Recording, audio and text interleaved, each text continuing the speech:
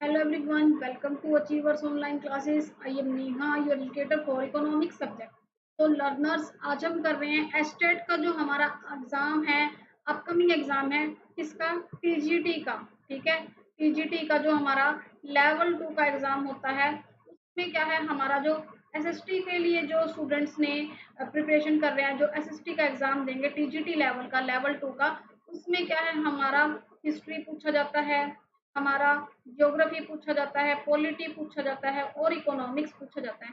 भाई यहाँ पर जो इकोनॉमिक्स का पोर्शन है तो उसके हम क्वेश्चंस को सॉल्व करेंगे। तो भाई ये क्वेश्चन जो हमारे लास्ट टू लास्ट ईयर 2022 में पेपर हुआ था टीजीटी का, एसएसटी का, उसमें जो इकोनॉमिक्स का पोर्शन था उसके क्वेश्चंस को हम आज की क्लास में डिटेल में डिस्कस करेंगे। आज की क्लास में हम 2022 का पेपर और 2021 का पेपर का कंप्लीट डिटेल सोल्यूशन करेंगे। और 2023 का पेपर, 2023 का जो प्रीवियस ईयर का पेपर है जिसमें मैंने कंप्लीट इकोनॉमिक्स के जो क्वेश्चंस है, इकोनॉमिक्स के जो क्वेश्चन है टीजीटी लेवल के, वो करवाए हुए हैं। यहाँ पर आपको प्लेलिस्ट मिल जाएगी टीजीटी एसएसटी के नाम से, उसमें वो क्लास है। 2023 का पेपर पूरा डिटेल एक्सप्लेनेशन के साथ करवाया हुआ है, वो आप देख लीजिएगा। और आज की क्लास में हम 2022 का और 21 का पेपर करेंगे। तो भाई करते हैं स्टार्ट। तो वीडियो को स्टार्ट करने से पहले मैं आपसे रिक्वेस्ट करती हूँ कि अगर आप चैनल पर न्यू है तो चैनल को सब्सक्राइब कर लीजिएगा और बेल आइकन को प्रेस कर लीजिएगा। ठीक है, तो भी देखो करते हैं स्टार्ट। सबसे पहला क्वेश्चन क्या दिया हुआ है हमें, तो भाई देखो क्वेश्चन क्या दिया हुआ है हमें। क्वेश्चन में क्या दिया हुआ है, एक सिंबल दिया हुआ है। क्या ये क्या है, ट्रायंगल दिख रहा होगा आपको ये, लेकिन इकोनॉमिक्स की लैंग्वेज में इसको हम क्या बोलते हैं, डेल्टा बोलते हैं। क्या बोलते हैं, इकोनॉमिक्स की लैंग्वेज में हम इसको क्या बोलते हैं, डेल्टा। ये किसको शो करता है, ये शो करता है चेंज को। चेंज का मतलब किसी चीज में कितना, किसी चीज में कितना परिवर्तन आया, कितना परिवर्तन आया। ठीक है, तो ये क्या है, हमारा डेल्टा का साइन है। ठीक है, ये क्या है, हमारा डेल्टा का साइन है। ठीक है,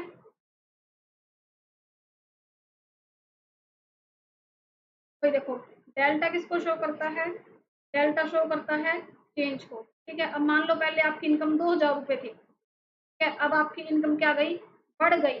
इनकम पहले क्या थी, इनकम को हम वाई से डिनोट करते हैं इकोनॉमिक्स में। अब पहले आपकी इनकम 2000 रुपए थी, अब आपकी इनकम क्या गई, बढ़ गई। इनकम कितनी हो गई, 5000 रुपये हो गई आपकी इनकम। पहले 2000 थी, अब कितनी हो गई, 5000 हो गई। ठीक है, कितनी बढ़ गई आपकी इनकम, आपकी इनकम 3000 रुपये से बढ़ गई। तो यहाँ पर डेल्टा का मतलब है, डेल्टा वाई का मतलब कितना चेंज आया, कितना चेंज आया, कितना परिवर्तन आया। तो 3000 रुपये का परिवर्तन आया क्योंकि हमारी इनकम 3000 रुपये से बढ़ गई। ठीक है, अब क्वेश्चन को समझते हैं। तो ये डेल्टा सी का मतलब क्या है, डेल्टा सी का मतलब है कंजम्पशन, कंजम्पशन। ठीक है, और डेल्टा वाई का मतलब है इनकम।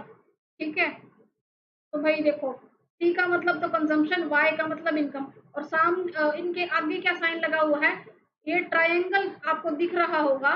ठीक है, ये आपको ट्रायंगल के जैसा साइन दिख रहा होगा, लेकिन इकोनॉमिक्स की लैंग्वेज में इसको डेल्टा बोलते हैं। डेल्टा का मतलब होता है परिवर्तन, कितना चेंज आया, कितना मतलब कि इनकम, इनकम में परिवर्तन होने से हमारे कंजम्पशन में, कंजम्पशन क्या होता है, हमारा खर्चा, हमारा उपभोग है ना, और इनकम क्या होती है, हमारी आय। ठीक है, तो भाई देखो, तो इनकम में बदलाव होने से, मतलब कि इनकम हमारी कम भी हो सकती है, ज्यादा भी हो सकती है। इनकम में बदलाव होने से हमारे खर्चे पर क्या परिवर्तन आया, तो ये क्वेश्चन है। तो देखो भाई, अब आपकी इनकम है, मान लो आपकी, मान लो इनकम है 10,000 रुपये। ठीक है, फिर आपकी इनकम बढ़कर कितनी हो गई, 20,000 रुपये हो गई। ठीक है, 10,000 इनकम है और इनकम अब बढ़ के कितनी हो गई, 20,000 हो गई। तो इनकम में कितने का चेंज आया, इनकम में चेंज आया भाई 10,000 का। ठीक है, जब आपकी इनकम 10,000 रुपये थी तो आप हर महीने 4,000 रुपये का खर्चा करते थे। ठीक है, 4,000 रुपये आपका कंजम्पशन था। ठीक है, और जब आपकी इनकम बढ़ गई, 20,000 हो गई, तो भाई आप सोचोगे कि चलो थोड़ा सा एक्स्ट्रा सामान ले लेते हैं, ये भी ले लेते हैं, वो भी ले लेते हैं। तो भाई जैसे हमारे पास, हम ह्यूमंस है, हमारी क्या माइंड सेट होता है, क्या टेंडेंसी होती है, जब भी हमारे पास थोड़ा सा पैसा बढ़ जाता है या फिर हमारी इनकम बढ़ जाती है तो हमारे खर्चे भी हम उसी पैटर्न में बढ़ा देते हैं। तो भाई हम मान के चलते हैं कि जब 10,000 रुपये वो कमा रहा था, 4,000 रुपये वो खर्च करता था अपने जो उसके बेसिक रिक्वायरमेंट्स थी, रूटीन की, उसके जो खर्च वगैरह थे। ठीक है, अब उसकी इनकम बढ़ गई, 20,000 रुपये हो गई, 10,000 रुपये से उसकी इनकम बढ़ गई है। ठीक है। अब वो क्या करेगा, अब वो कितना खर्चा कर रहा है, अब वो 8,000 रुपये खर्चा कर रहा है। पहले वो 4,000 खर्च करता था, अब वो 8 खर्च कर रहा है। तो कंजम्पशन में कितना चेंज आया, 4,000 का। और इनकम में कितना चेंज आया, 10,000 का। तो कंजम्पशन में कितना चेंज आया, 4,000 का। इनकम में कितना चेंज आया, 10,000 का। ठीक है। तो इसको हम क्या करेंगे, जब हम इसको फर्दर सोल्व करेंगे, ठीक है, जब हम इसको फर्दर सोल्व करेंगे तो इसको हम क्या कहते हैं, मार्जिनल प्रोपेंसिटी टू कंज्यूम, यानी कि उपभोग की सीमांत प्रवृत्ति। इस पूरी इक्वेशन को हम क्या करते हैं, ये पूरी इक्वेशन क्या शो करता है, एमपीसी। एमपीसी को हम इंग्लिश में बोलते हैं marginal propensity to consume, Hindi में बोलते हैं उपभोग की सीमांत प्रवृत्ति। मतलब कि जितना हमारी इनकम में चेंज आता है उतना ही हमारे खर्चे में चेंज आता है। अब मान लो यहाँ तो मैंने आपको बोला कि आपकी इनकम बढ़ी तो आपके खर्चे भी बढ़ गए। अब मान लो कई बार क्या होता है, किसी की इनकम कम हो गई है, ठीक है ना, किसी की इनकम कम हो गई है भाई। अब पहले वो 10,000 इनकम कमा रहा था, अब उसकी इनकम क्या हो गई है, 7,000 हो गई है या 5,000 हो गया। तो भैया वो क्या है, पहले खर्च ज्यादा कर रहा था, अब वो थोड़ा सा देख समझ के करेगा। तो भाई इनकम के परिवर्तन होने से हमारे खर्चों में भी परिवर्तन होता है। तो इसको हम कहते हैं एमपीसी, यानी कि मार्जिनल प्रोपेंसिटी टू कंज्यूम, उपभोग की सीमांत प्रवृत्ति। तो इसका आंसर हमारा फर्स्ट हो जाएगा। ठीक है। तो delta C, delta Y represent करता है मार्जिनल प्रोपेंसिटी टू कंज्यूम, यानी कि उपभोग की सीमांत प्रवृत्ति, सीमांत प्रवृत्ति। ठीक है, इसका आंसर हमारा ये हो जाएगा। डेल्टा सी क्या शो करता है, चेंज इन कंजम्पशन, यानी कि कितना खर्चे में कितना परिवर्तन आया, खर्चे में परिवर्तन कितना आया। ठीक है, पहले कितना खर्च कर रहे थे, फिर कितना हो गया। डेल्टा वाई क्या शो करता है, represent the change in income, आय में कितना परिवर्तन आया, आय का मतलब इनकम, ठीक है ना, उसकी सैलरी आय में परिवर्तन को शो करता है। ठीक है, डेल्टा वाई। ठीक है, तो इसीलिए जब ये पूरी इक्वेशन है डेल्टा सी अपॉन वाई, यानी कि डेल्टा कंजम्पशन में चेंज और इनकम में चेंज से हम क्या निकालते हैं, proportionate of increase in income that spend on consumption. मतलब कि कितने प्रपोर्शन से, कितने अनुपात से उनकी उसकी इनकम है, जो उसकी आय है उसमें वृद्धि हुई है, और कितने अनुपात से उसने अपने खर्चों में परिवर्तन किया है।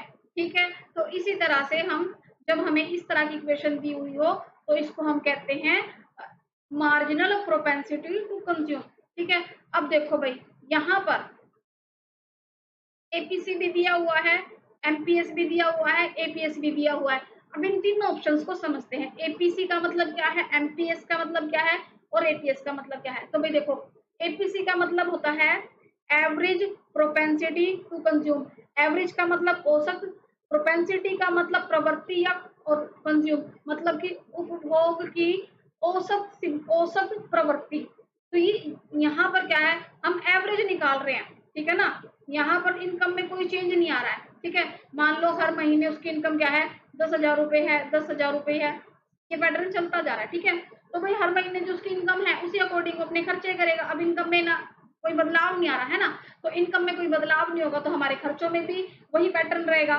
तो यहाँ पर जो इक्वेशन वो बनती है सी अपॉन वाई, तो ये होता है हमारा एपीसी, उपभोग की औसत प्रवृत्ति।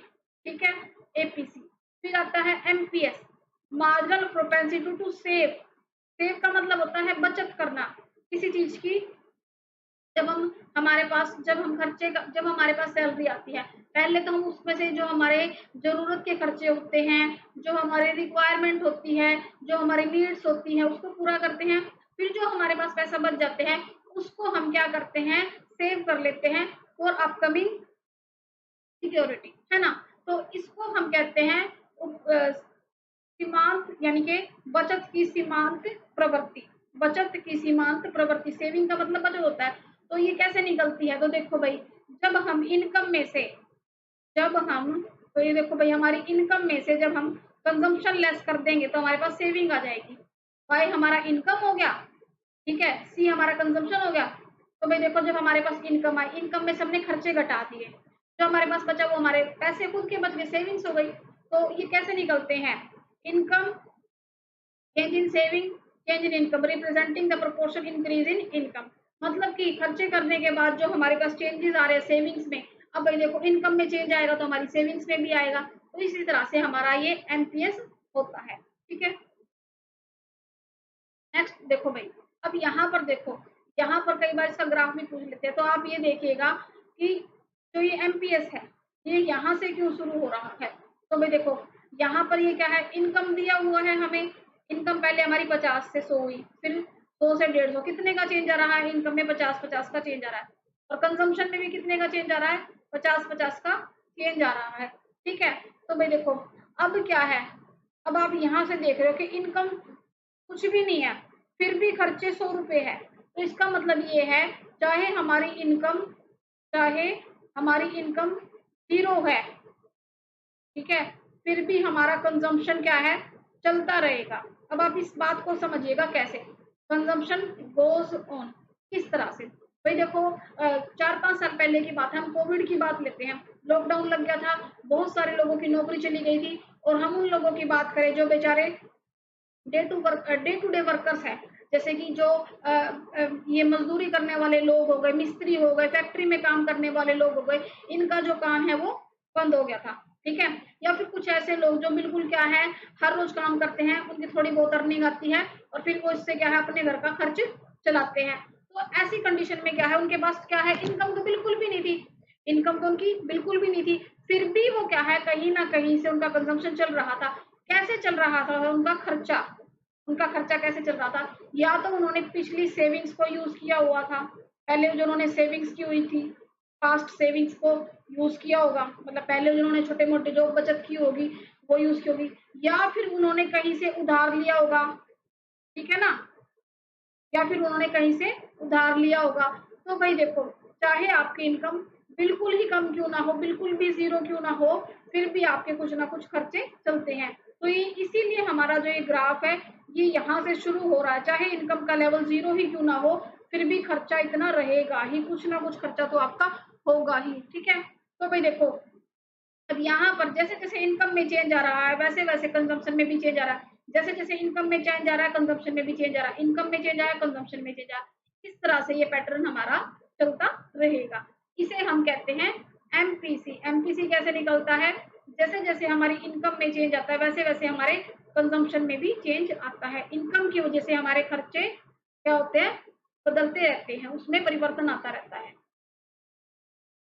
अब देखिए नेक्स्ट क्वेश्चन है, निम्नलिखित में से किस बाजार में फर्म कीमत प्राप्त करता होती है, कीमत प्राप्त करता होती है। तो भाई देखो हम पूरा एक टॉपिक करते हैं मार्केट का, ठीक है, मार्केट को हिंदी में बोलते हैं बाजार। ठीक है, तो भाई देखो हम पूरा टॉपिक जो मार्केट का करते हैं बहुत बड़ा ये टॉपिक है, इसमें हम अलग अलग टाइप्स की मार्केट पढ़ते हैं, हम परफेक्ट कंपटीशन पढ़ते हैं, हम मोनोपोली पढ़ते हैं, मोनोपोलिस्टिक पढ़ते हैं, ओलिगोपोली पढ़ते हैं, डिओपोली पढ़ते हैं, है ना। तो भाई देखो इसमें क्वेश्चन क्या पूछा, किस बाजार में फर्म कीमत प्राप्त करता होती है, मतलब कि वो टेकर है, मतलब कि जो आपने दे दिया उसको वो स्वीकार करने पड़ेगा, कीमत प्राप्त करता है, प्राइस टेकर है, मतलब कि जो मार्केट में प्राइस अवेलेबल है उसको वो मतलब सेट खुद नहीं करेंगे, प्राइस उन्होंने खुद नहीं बनाया, जो मार्केट में चल रहा होगा, जो उस सिचुएशन के अकॉर्डिंग होगा, जो मार्केट का हिसाब किताब होगा उसके अकॉर्डिंग ही वो प्राइस टेक करेंगे। तो भाई इस कंडीशन में प्राइस टेकर कौन सी मार्केट होती है, परफेक्ट कंपटीशन। प्राइस टेकर कौन सी मार्केट होती है, परफेक्ट कंपटीशन, जिसको हिंदी में पूर्ण प्रतियोगिता का बाजार बोलते हैं।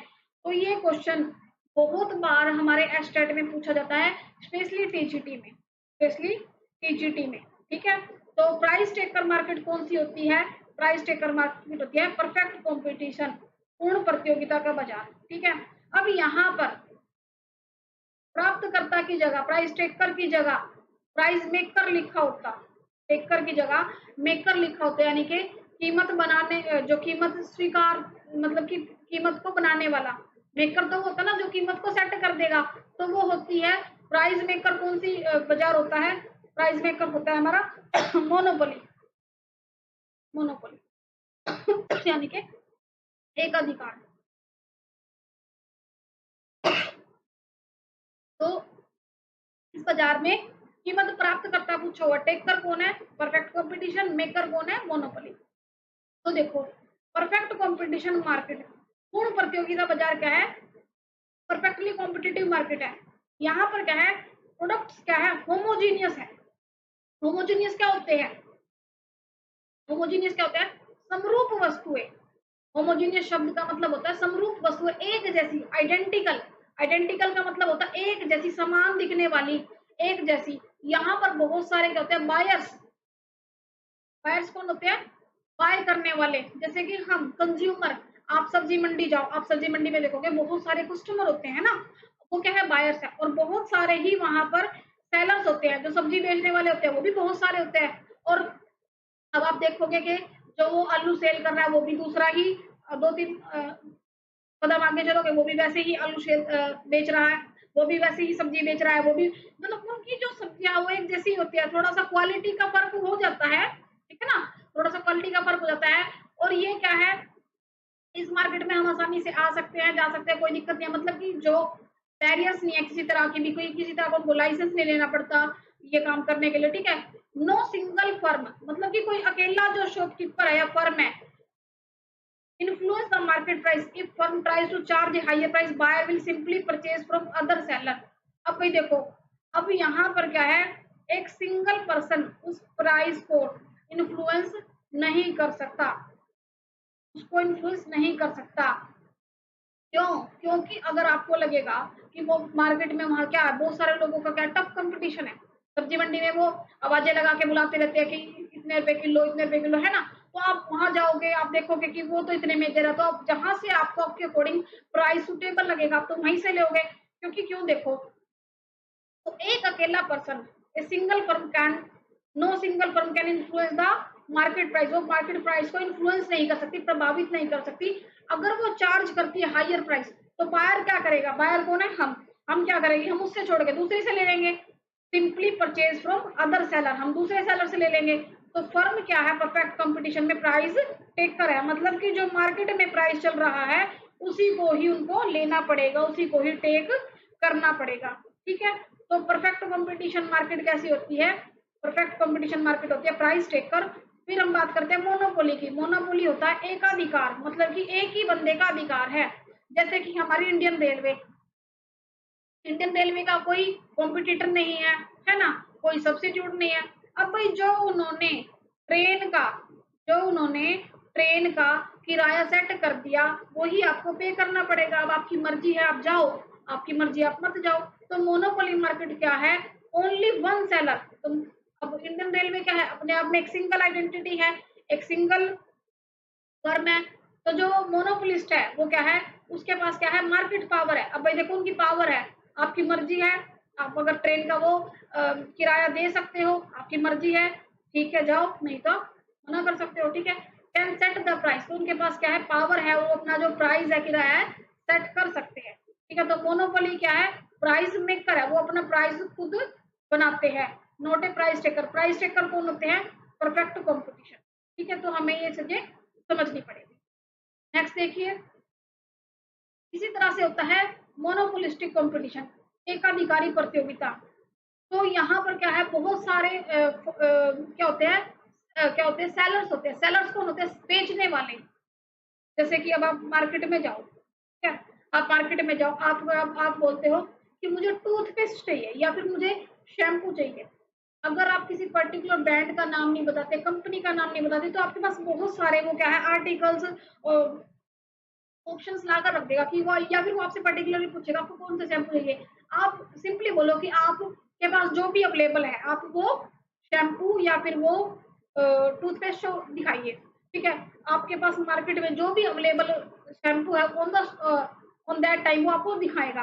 क्लिनिक प्लस का शैम्पू आता है, ट्रेसमे का आता है, लोरियल का आता है, पेंटीन का आता है ना, बहुत सारे प्रोडक्ट्स आते हैं, ठीक है, सनसिल्क आता है। ये जो प्रोडक्ट्स है जितने भी, ये मोनोपोलिस्टिक में क्या है, सेलर्स बहुत सारे हैं, जिनके प्रोडक्ट्स क्या है, आपस में एक दूसरे से डिफरेंशिएटेड है। डिफरेंशिएटेड का मतलब क्या है, एक दूसरे से कहीं ना कहीं अलग है। लेकिन परफेक्ट कंपटीशन मार्केट में क्या था, जो गुड्स है वो क्या है, सिमिलर है, होमोजीनियस है, एक जैसे है, समरूप है। जैसे कि सब्जी मंडी में मिलने वाली सब्जियां। लेकिन जैसे शैम्पू हो गया, साबुन हो गया, टूथपेस्ट हो गया, है ना, और जो हम हेयर ऑयल यूज करते हैं, ये सभी चीजें हो गई, या फिर आप कोई पर्टिकुलर प्रोडक्ट यूज करते हो, ब्यूटी प्रोडक्ट यूज करते हो, तो वो क्या है, अलग है।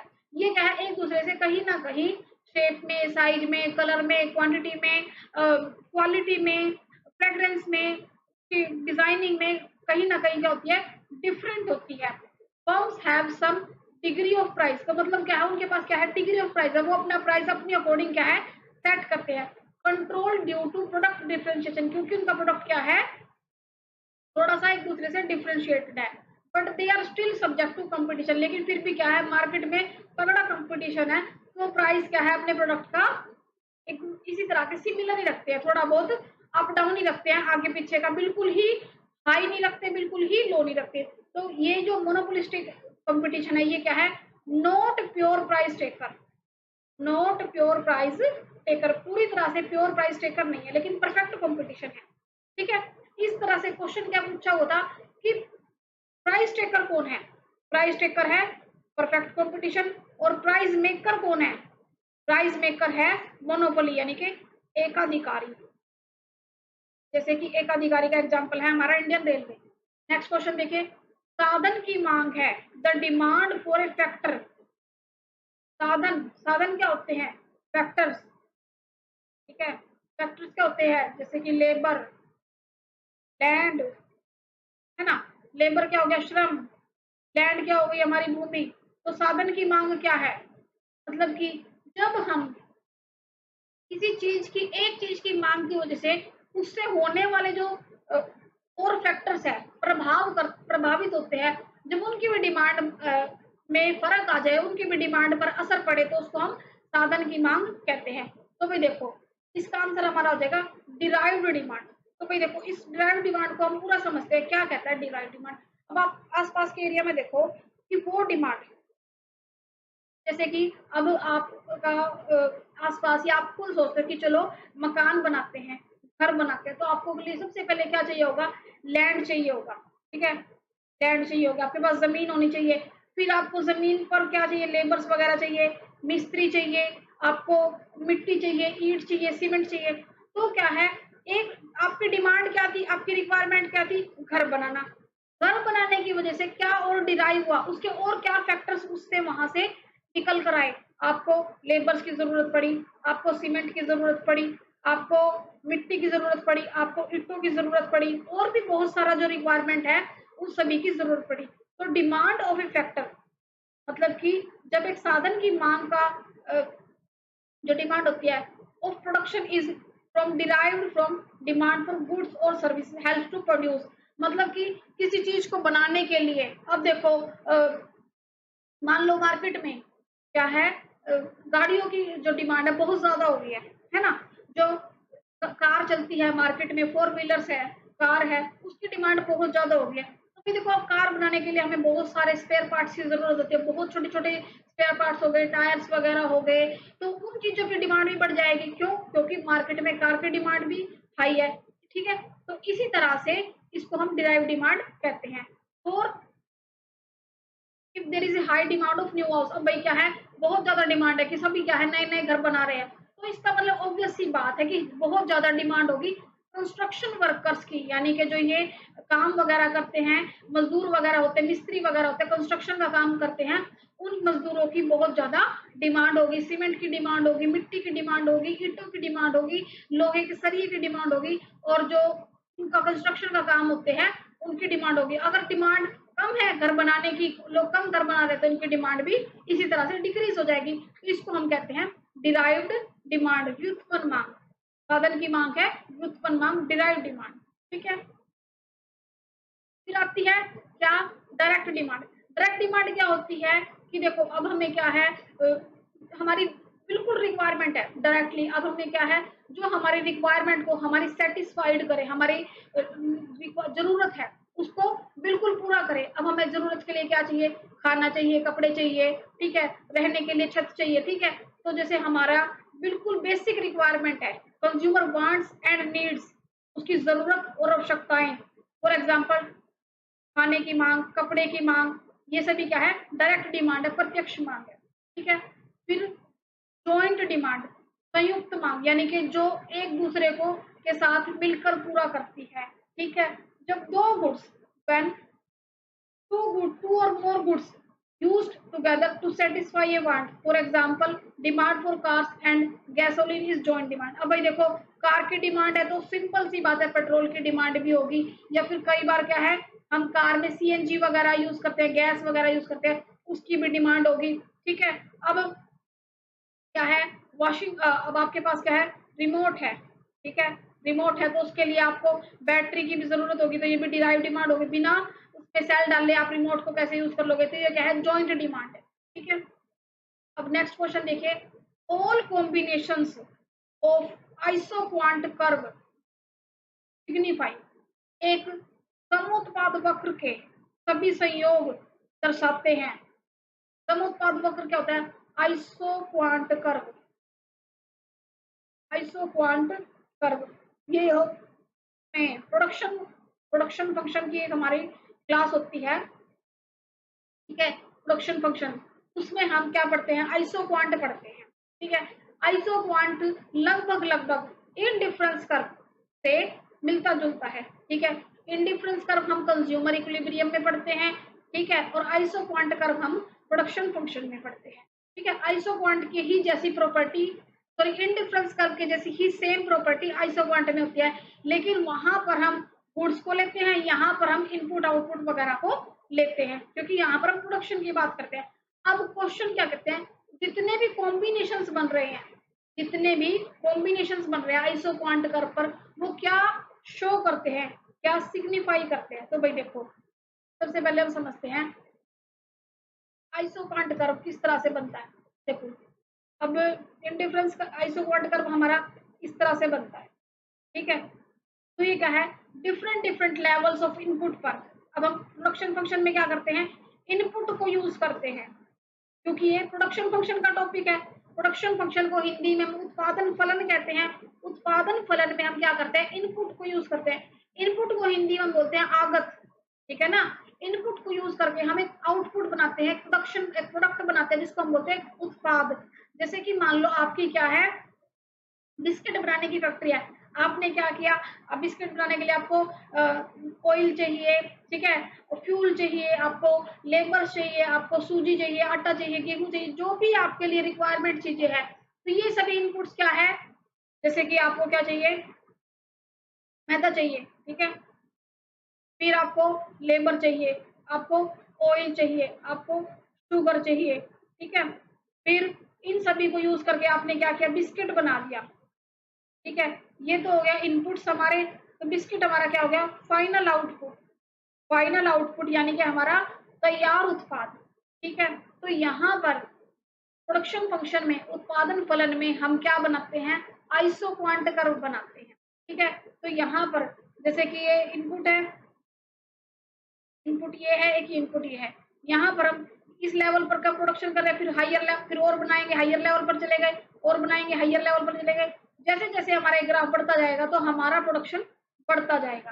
तो ये क्या बताते हैं, अलग अलग जो हमारे ये इसके जो पॉइंट्स होते हैं, कॉम्बिनेशन होते हैं, ये हमें क्या बताते हैं, ये हमें दर्शाते हैं क्या, सेम लेवल ऑफ आउटपुट। मतलब कि जितने भी हमारे ये पॉइंट्स है, जितने भी हमारे ये पॉइंट्स बनते हैं, ये हमें बताते हैं सेम लेवल ऑफ आउटपुट। ठीक है, उत्पादन का समान स्तर। ठीक है, उत्पादन का समान स्तर। क्यों भाई, देखो आप जो बना रहे हो तो वो उसी लेवल पर, उसी क्वालिटी में बनकर आएगा। तो ये क्या हो जाएगा, हमारा सेम लेवल ऑफ आउटपुट को ये शो करते हैं। ठीक है, तो इसका आंसर हमारा हो जाएगा सेकंड। अब देखो, सेम लेवल ऑफ इनपुट को तो यूज ये क्यों नहीं है, ये फर्स्ट क्यों नहीं है, क्यों, isoquant curve show different combinations of input. मतलब कि अलग अलग इनपुट्स को हम लगाएंगे, not on the same level, same level पर नहीं लगा रहे, कई बार हम बढ़ा देते हैं, कई बार हम घटा देते हैं। If all the inputs were same there would be a curve, तो वो क्या हो जाएगा, कर्व बन जाएगा। ठीक है, there would not be a curve, तो एक कर्व नहीं बनेगा। अब भाई देखो, कई बार हमने कम, कुछ चीज हम कई बार कम कर देते हैं, कुछ चीज हम ज्यादा कर देते हैं, तो वो कर्व नहीं बनेगा। तो ये आंसर नहीं होगा फर्स्ट, इसीलिए नहीं होगा। फिर है सेम लेवल ऑफ सेटिस्फेक्शन। हमें सेटिस्फेक्शन किसमें मिलती है? इंडिफरेंस कर्व में। संतुष्टि हमें किसमें मिलती है? इंडिफरेंस कर्व में, कंज्यूमर इक्विलिब्रियम में, इंडिफरेंस कर्व के कंज्यूमर इक्विलिब्रियम में मिलती है। ठीक है, उदासीनता वक्र के अंदर कंज्यूमर इक्विलिब्रियम में, उपभोक्ता संतुलन में मिलती है, ना कि आइसोक्वांट में। तो ये भी नहीं होगा। ठीक है, ये भी नहीं होगा, थर्ड भी नहीं होगा। ठीक है, थर्ड भी नहीं होगा, फर्स्ट भी नहीं होगा। आय का समान वितरण, तो भाई देखो, आय का समान वितरण, समान स्तर, यहाँ पर इसका कोई लेना देना प्रोडक्शन फंक्शन से है ही नहीं। ठीक है, यहाँ पर तो हम इनपुट का यूज करके प्रोडक्शन तैयार कर रहे हैं। ठीक है, तो इसका आंसर ये फोर्थ भी नहीं होगा। ठीक है, same income is not directly represent the isoquant curve, तो ये भी इसमें नहीं होगा। ठीक है, तो इसका सही आंसर होगा सेम लेवल ऑफ आउटपुट, समान उत्पादन का समान स्तर। ठीक है, तो इसका आंसर हमारा सेकंड हो जाएगा। नेक्स्ट देखिए, निम्नलिखित में से कौन सा समष्टि अर्थशास्त्र से संबंधित नहीं है? नेगेटिव सेंस में क्वेश्चन पूछा हुआ है। तो भाई आप पेपर में, चाहे आप टीजीटी के लिए अप्लाई दे रहे हो या पीजीटी इकोनॉमिक्स का दे रहे हो, आपको बहुत ध्यान रखना है कि एस्टेट में स्पेशली नेगेटिव सेंस में बहुत बार क्वेश्चन पूछे जाते हैं। तो क्वेश्चन को अटेम्प्ट करते वक्त आपको ये बात ध्यान रखनी है कि क्वेश्चन किस सेंस में पूछा हुआ है। तो समष्टि अर्थशास्त्र, समष्टि कौन सा होता है? मैक्रो। तो भाई हमने पूरी मैक्रो माइक्रो का जो डिफरेंस है पूरा एक क्लास किया हुआ है, बेसिक ऑफ इकोनॉमिक्स, एक पूरी क्लास है, आप वीडियो देख लीजिएगा, डाली हुई है चैनल पर। तो उसमें मैंने बताया हुआ कि माइक्रो इकोनॉमिक्स क्या होती है, मैक्रो इकोनॉमिक्स क्या होती है, किस तरह से हम बात करते हैं। माइक्रो में यानी कि व्यष्टि अर्थशास्त्र में हम स्मॉल लेवल, यानी कि जिसमें हम demand, consumer behaviour, production function यानी कि उत्पादन फलन, ठीक है, मांग का नियम, ये सभी पढ़ते हैं। लेकिन समष्टि अर्थशास्त्र में किस तरह से हमारी पूरी अर्थव्यवस्था काम करती है, राष्ट्रीय आय क्या है, सामान्य जीवन स्तर क्या है, ये सभी हम मैक्रो में पढ़ते हैं। अब पूछा हुआ है कि मैक्रो का पार्ट नहीं है, मैक्रो में नहीं है general price, national income, theory of output and employment और उपभोक्ता का संतुलन। तो भाई देखो, जनरल प्राइस लेवल ये भी पूरी इकोनॉमी से रिलेटेड है। ठीक है, राष्ट्रीय आय ये भी पूरे इकोनॉमी से रिलेटेड है, होल इकोनॉमी से। उत्पादन एवं रोजगार का सिद्धांत, theory of employment and output, ये भी पूरी इकोनॉमी का काम करता है। उपभोक्ता का संतुलन, कंज्यूमर का इक्विलिब्रियम का होगा, कंज्यूमर का इक्विलिब्रियम, ये पार्ट हम माइक्रो में करते हैं, ये पार्ट हम माइक्रो में करते हैं, व्यष्टि अर्थशास्त्र में करते हैं। तो इसका आंसर हमारा फोर्थ हो जाएगा। ठीक है, तो भी देखो, general price related to macroeconomics, समष्टि अर्थशास्त्र से करते हैं जनरल प्राइस का हम, सामान्य कीमत स्तर। नेशनल इनकम, राष्ट्रीय आय, नेशनल मतलब पूरे नेशनल लेवल पर, राष्ट्रीय स्तर पर, ये भी हम मैक्रो में करते हैं। ठीक है, theory of output employment, employment का मतलब सभी को काम मिले, कितना प्रोडक्शन हुआ, कितना हमने तैयार माल के, ये भी हम मैक्रो में करते हैं। ठीक है, लेकिन कंज्यूमर इक्विलिब्रियम, उपभोक्ता का संतुलन, ये हम मैक्रो में नहीं करते, बल्कि हम कंज्यूमर बिहेवियर किस तरह से काम करता है, डिमांड कैसे बनती है, ये हम माइक्रो में पढ़ते हैं। तो इसका आंसर हमारा फोर्थ हो जाएगा। नेगेटिव सेंस में पूछा हुआ। नेक्स्ट है अधिकतम सामाजिक लाभ का सिद्धांत, principle of maximum social advantage propounded bye. तो भाई ये कंसेप्ट हम पढ़ते हैं, कई बार इसको हम पब्लिक इकोनॉमिक्स में कंसीडर कर लेते हैं, कई बार इसको हम मैक्रो में कंसीडर कर लेते हैं। ठीक है, अगर आप पीजीटी लेवल पर देखो तो ये पब्लिक इकोनॉमिक्स में हम इसको कंसीडर करते हैं। ठीक है, फिर भी ये क्या है, एक जनरल क्वेश्चन है। ठीक है, मैक्सिमम सोशल एडवांटेज का जो कंसेप्ट है वो किसने दिया था? भाई मैक्सिमम सोशल एडवांटेज का जो कंसेप्ट है वो एच डाल्टन ने दिया था, एच डाल्टन ने दिया था। इसका आंसर हमारा फोर्थ हो जाएगा। देखो, H. Dalton credited with formulating of principle of maximum social advantage, ये क्या कहता है, ये प्रिंसिपल फोकस करता है पब्लिक के जो एक्सपेंडिचर है, जो ऑप्टिमाइज करो उसको हम किस तरह से यूज करें और टैक्सेशन को हम किस तरह से अचीव करें कि सोसाइटी का वेलफेयर हो। इस कंसेप्ट का बिल्कुल बिल्कुल इजी है, मैं आपको समझाती हूँ। देखो, हमारी सरकार क्या करती है, हमारी सरकार हम पर टैक्स लगाती है, गवर्नमेंट क्या करती है, हम पर टैक्स लगाती है। अब टैक्स से क्या आया, पैसा आया।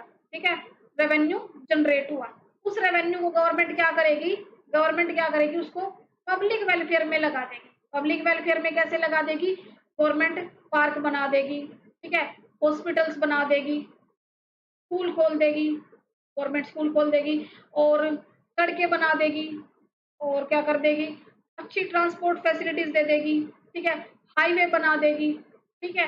तो ये पब्लिक के लिए क्या किया, पब्लिक गवर्नमेंट ने क्या किया, पब्लिक के लिए वेलफेयर किया, समाज का कल्याण किया, समाज कल्याण किया।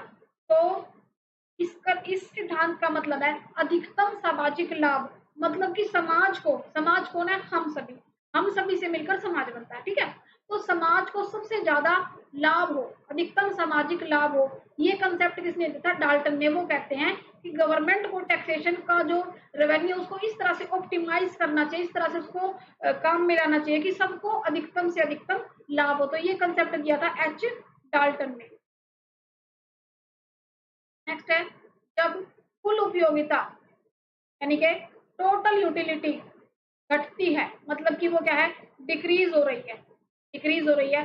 तो सीमांत उपयोगिता यानी कि जो हमारी मार्जिनल यूटिलिटी है वो क्या होती है, मतलब कि जब हम पूरा यूटिलिटी का कंसेप्ट करते हैं, प्रोडक्शन फंक्शन में हम करते हैं, शॉर्ट रन प्रोडक्शन फंक्शन करते हैं, लॉन्ग रन करते हैं, ये पूरा कंसेप्ट हमने किया हुआ है क्लासेस में, है ना। तो उस टाइम हमारी मार्जिनल यूटिलिटी किस कंडीशन में होती है, जब वो घट रही है, जब वो घट रही है।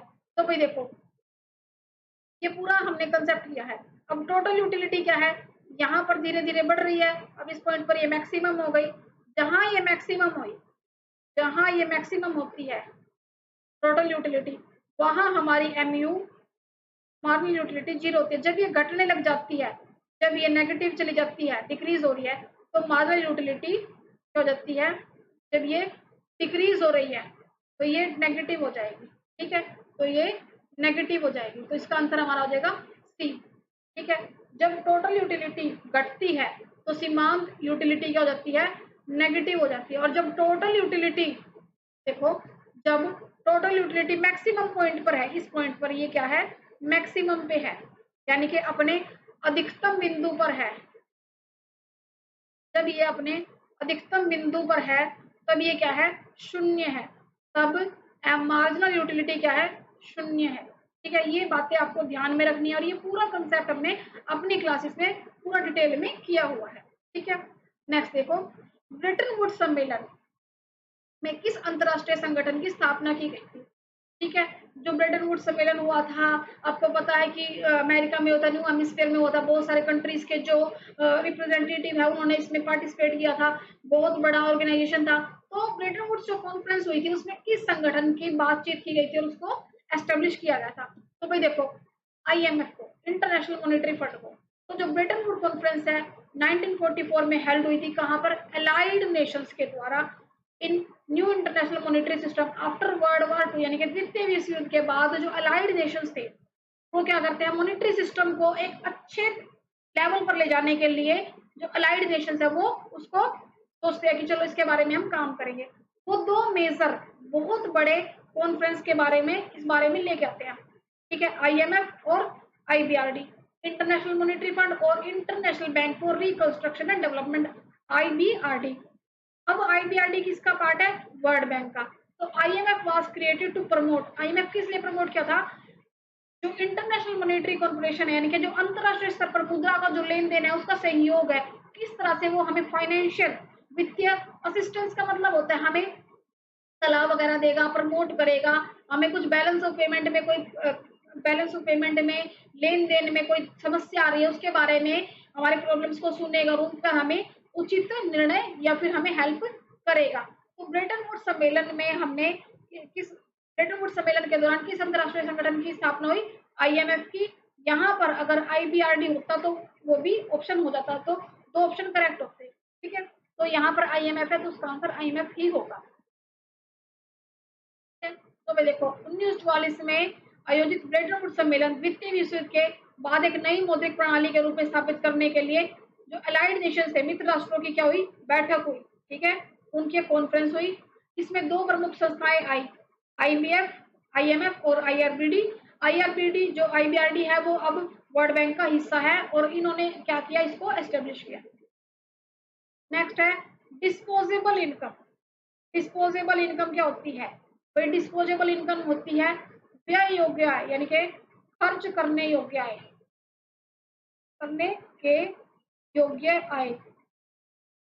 देखो, जब गवर्नमेंट आपकी इनकम में से इनकम पर टैक्स लगा देती है और आपसे वो टैक्स वसूल लेती है। अब आपकी इनकम पर टैक्स लग गया, आपकी इनकम टैक्स लैब में आ गई, जब आपने टैक्स भर दिया तो आपके पास जो इनकम बचती है, ठीक है, आपके पास जो इनकम बचती है वो हो जाती है हमारी डिस्पोजेबल इनकम, खर्च करने योग्य आय। तो जब हमारी व्यक्तिगत आय में से कर का मतलब होता है पर्सनल टैक्स, टैक्स हम लेस कर देते हैं तो हमारा डिस्पोजेबल इनकम आ जाता है। इसका आंसर हमारा सेकंड हो जाएगा। व्यक्तिगत आय में से जब हम टैक्स लेस कर देंगे, इनकम में से जब हम टैक्स लेस कर देंगे तो हमारा डिस्पोजेबल इनकम आ जाएगा। ठीक है, इसका आंसर हमारा सेकंड हो जाएगा। सेकंड।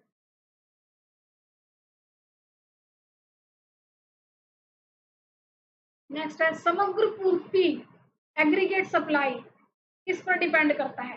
तो भाई देखो, एग्रीगेट सप्लाई की बात कर रहे हैं। एग्रीगेट किस टर्म से, मतलब एग्रीगेट का मतलब है समग्र, समग्र में आ गई सभी चीजें, समग्र में आ गई सभी चीजें, मतलब होल लेवल पर, पूरे लेवल पर वो बात कर रहा है, होल लेवल पर बात कर रहा है वो। ठीक है, मतलब एग्रीगेट सप्लाई, पूरी सप्लाई आ रही है, पूरी हमें एक चीज की सप्लाई करनी है, बड़े लेवल पर करनी है, होल लेवल पर करनी है, तो उसमें हमें किस किस चीज पर डिपेंड करेगी? ठीक है, तो भाई वो सभी चीजों पर डिपेंड करेगी। उसके पास पूरी कैपिटल कितनी है, उसके टेक्नोलॉजी का लेवल क्या है, जो लेबर है उसकी किस लेवल की प्रोडक्टिविटी है, तो इसमें सभी ऑप्शन क्या है, करेक्ट है, सभी ऑप्शन क्या है, करेक्ट है। इसका आंसर हमारा फोर्थ हो जाएगा। ठीक है, एग्रीगेट सप्लाई का मतलब है total quantity of goods and services, मतलब कि कुल मात्रा किसकी, वस्तु की और सेवाओं की, वस्तु और सेवाओं की कुल मात्रा से है। ठीक है, जो एक फर्म एक इकोनॉमी में सप्लाई करती है अलग अलग प्राइसेस लेवल पर, तो ये सभी चीजों पर डिपेंड करता है। पूंजी कितनी है, ठीक है, अब भाई बहुत ज्यादा अच्छे लेवल पर सप्लाई हो रही है तो भाई बहुत ज्यादा उन्होंने पैसा लगा रखा होगा, अच्छी टेक्निक होगी उनके पास, अच्छे लेबर्स हो गए, बड़े लेवल पर फर्म होंगी, तो ये सभी फैक्टर्स इस पर डिपेंड करते हैं। ठीक है, तो पूंजी का मतलब है फिजिकल रिसोर्सेज, आपके पास कितना प्रोडक्शन है, कितनी फैक्ट्रीज है, कितनी मशीन है, कितना आपका लेवल है, और तकनीक, कितनी अच्छी टेक्नोलॉजी का यूज कर रहे हो आप, नई नई टेक्निक्स है, नई नई मशीनरी है, और अच्छे एडवांस लेवल से आप काम कर रहे हो, इस बहुत ये दोनों चीजें मैटर करती है। श्रम की उत्पादकता, लेबर्स की प्रोडक्टिविटी, लेबर्स को अच्छी नॉलेज है, बहुत अच्छे से वो काम कर रहे हैं, अच्छे एक्सपीरियंस पर्सन है, तो ये सभी जो ऑप्शंस है वो बहुत ज्यादा इस पर क्या करते हैं, फॉलो करते हैं। तो एग्रीगेट सप्लाई में सभी फैक्टर्स क्या है, इन्फ्लुएंस करते हैं। नेक्स्ट है नीति आयोग के प्रथम उपाध्यक्ष थे, उपाध्यक्ष की बात कर रहे हैं, वाइस चेयरमैन थे, कौन थे भाई? देखो, Arvind Panagariya, he was the first vice chairman of NITI Aayog. ठीक है, राजीव कुमार क्या थे, सेकंड वाइस चेयरमैन थे। ठीक है, राजीव कुमार कौन थे, सेकंड वाइस चेयरमैन थे। अमिताभ कांत ये फर्स्ट सीईओ थे, फर्स्ट सीईओ थे नीति आयोग के। और रघुराम राजन का नीति आयोग से कोई लेना देना नहीं है, बल्कि वो तो आरबीआई के गवर्नर थे, रघुराम राजन तो आरबीआई के गवर्नर थे। तो नीति आयोग के प्रथम उपाध्यक्ष थे अरविंद पनगड़िया जी। ठीक है, अरविंद पनगड़िया जी। माल्थस के अनुसार, नेक्स्ट क्वेश्चन है, जनसंख्या बढ़ती है, भाई ये कंसेप्ट पढ़ते हैं पॉपुलेशन थ्योरी का, तो उसमें एक फेमस इकोनॉमिस्ट है माल्थस। भाई माल्थस कहता है कि जिस तरीके से हमारी जनसंख्या बढ़ रही है, जैसे हमारी इंडिया की जनसंख्या भी बहुत ज्यादा बढ़ रही है, तो चीन के से हम दूसरे नंबर पे है, फर्स्ट नंबर पे चीन आता है ना, चाइना आता है। तो जिस तरीके से हमारी जनसंख्या बढ़ रही है ना, तो उस तरीके से भाई बहुत ज्यादा हमारे इसको नेगेटिव रिजल्ट हमको देखने को मिलेंगे। तो वह कहता है कि जो जनसंख्या है वो तो बढ़ रही है अर्थमेटिक वे में, और जो उसके हमारे पास खाने के साधन है वो कम है, मतलब कि जनसंख्या जिस वृद्धि से बढ़ रही है ना, उस वृद्धि से हमारे खाने के रिसोर्सेज है वो पूरे नहीं बढ़ रहे। तो वही समझते हैं, देखो वो कहते हैं कि ये ज्योमेट्रिकल प्रोग्रेशन से बढ़ रही है। तो थॉमस माल्थस की एक बुक है ऐसे ऑन प्रिंसिपल ऑन पॉपुलेशन, 1798 में इसमें उन्होंने लिखा था पॉपुलेशन ग्रोथ ज्योमेट्रिकली, जो पॉपुलेशन है, जनसंख्या है, वो क्या है, ज्योमेट्रिकली, यानी कि ज्योमेट्रिकली का मतलब गुणोत्तर, जैसे कि 4, ठीक है, इस तरह से बढ़ेगी, डबल डबल डबल डबल उसका डबल डबल होता जाएगा, जैसे कि 4, 8, 16, 32 इस तरह से बढ़ेगी। लेकिन उतने ही रेशो में फूड नहीं बढ़ेगा, उतने ही रेशो में फूड प्रोडक्शन नहीं बढ़ेगा। फूड कैसे बढ़ेगा? 2, 3, 4 अर्थमेटिकली आराम आराम से बढ़ेगा। फूड प्रोडक्शन ग्रोथ अर्थमेटिकली और पॉपुलेशन ग्रोथ ज्योमेट्रिकली। तो इसका मतलब है, माल्थस कहते हैं कि population increase by multiplication. Population जो है वो गुणोत्तर माध्यम में डबल से डबल डबल से डबल होती जा रही है, लेकिन जो हमारी फूड सप्लाई है वो उस लेवल से नहीं बढ़ रही, वो अर्थमेटिकली लीनियरली बढ़ रही है। ठीक है, तो उसका ये कहना है। तो वो किसकी बात कर रहा है? Population grow in geometrical manner और food grows in arithmetic manner. ठीक है, ये माल्थस का कहना था। देखो भाई, अब वो कहते हैं कि देखो ये जनरेशन है और ये पॉपुलेशन का साइज है। पॉपुलेशन का साइज देखो बढ़ रहा है, बढ़ रहा है, और ये अर्थमेटिक वे में क्या है? फूड है। ठीक है, फूड का जो प्रोडक्शन है वो धीरे धीरे बढ़ रहा है, और पॉपुलेशन क्या है, एक एकदम से कितनी तेजी से ऊपर जा रही है। इस तरह से ये वर्क करता है। नेक्स्ट है वर्ल्ड ट्रेड ऑर्गेनाइजेशन WTO की स्थापना कब हुई? वर्ल्ड ट्रेड ऑर्गेनाइजेशन, विश्व व्यापार संगठन की स्थापना कब हुई? तो भाई देखो, 1 जनवरी 1995 को WTO की स्थापना हुई, और ये क्या करता है? विश्व व्यापार संगठन WTO को 1 जनवरी 1995 को विश्व व्यापार टैरिफ के सामान्य समझौते के रूप में उत्तराधिकारी के रूप में अस्तित्व में आया, जो 1948 से लागू था। WTO एक क्या है? अंतर सरकारी इंटरनेशनल क्या है? संगठन है। ठीक है, जो अंतरराष्ट्रीय व्यापार को नियंत्रित करता है अलग अलग राष्ट्रों के बीच में, मतलब कि इंटरनेशनल ट्रेड को रेगुलेट करता है, जो हम अलग अलग देशों के साथ जो हम बिजनेस करते हैं, व्यापार करते हैं। ठीक है, तो क्या फंक्शन है WTO के? ट्रेड नेगोशिएशन, मतलब कि व्यापार में जो कुछ नेगोशिएशन है, लेन देन है, कुछ बातचीत हो जाती है, उसको रेगुलेट करता है, नेगोशिएट करता है। पॉलिसी क्या है? जो उन्होंने नीतियां बनाई हुई है उसको मॉनिटर करता है, उसको लागू करता है। डिस्प्यूट, कोई हमारा झगड़ा हो जाता है, कोई वाद विवाद हो जाता है, उसको सेटलमेंट करता है। एनहांसिंग ट्रेड कैपेसिटी, जो ट्रेड कैपेसिटी है, व्यापार की जो नीति है, उसका कैपेसिटी है, उसकी जो क्षमता है, उसको एनहांस करता है, आउटरीच करता है, वहां तक पहुंचता है, ये उसके कार्य है। ठीक है, तो भाई हमने 2022 का पेपर कर लिया, अब हम 2021 के पेपर को कंटिन्यू करते हैं। ठीक है, तो भाई देखो 2021 में क्वेश्चन पूछा हुआ है, who gave the scarcity centric definition of economics? अर्थशास्त्र की दुर्लभता केंद्रित परिभाषा किसने दी थी? सबसे पहले हम सब समझेंगे दुर्लभ। दुर्लभ का मतलब होता है इंग्लिश में रेयर, रेयर को हम बोलते हैं स्कैर्सिटी, एक ही बात है। दुर्लभ का मतलब होता है कोई चीज जिसके लिए हमें थोड़े से एफर्ट्स, थोड़ी सी मेहनत ज्यादा करना पड़े, थोड़े से उसके लिए हमें कठिनाई का सामना, मतलब कि कठिनाई नहीं बोल सकते, थोड़े से उसके लिए हमें एफर्ट्स ज्यादा करना पड़े, मतलब आसानी से वो चीज नहीं मिलती। तो ये डेफिनेशन, स्कैर्सिटी सेंट्रिक डेफिनेशन किसने दी थी? ऑप्शन है मार्शल, रॉबिन्सन, सैमुअल्सन या फिर रॉबिन्सन। ऑप्शंस को ध्यान में देखो, ये रॉबिन्स है और ये रॉबिन्सन है, दोनों में कंफ्यूज नहीं होना है। ठीक है, तो रॉबिन्स ने दी थी।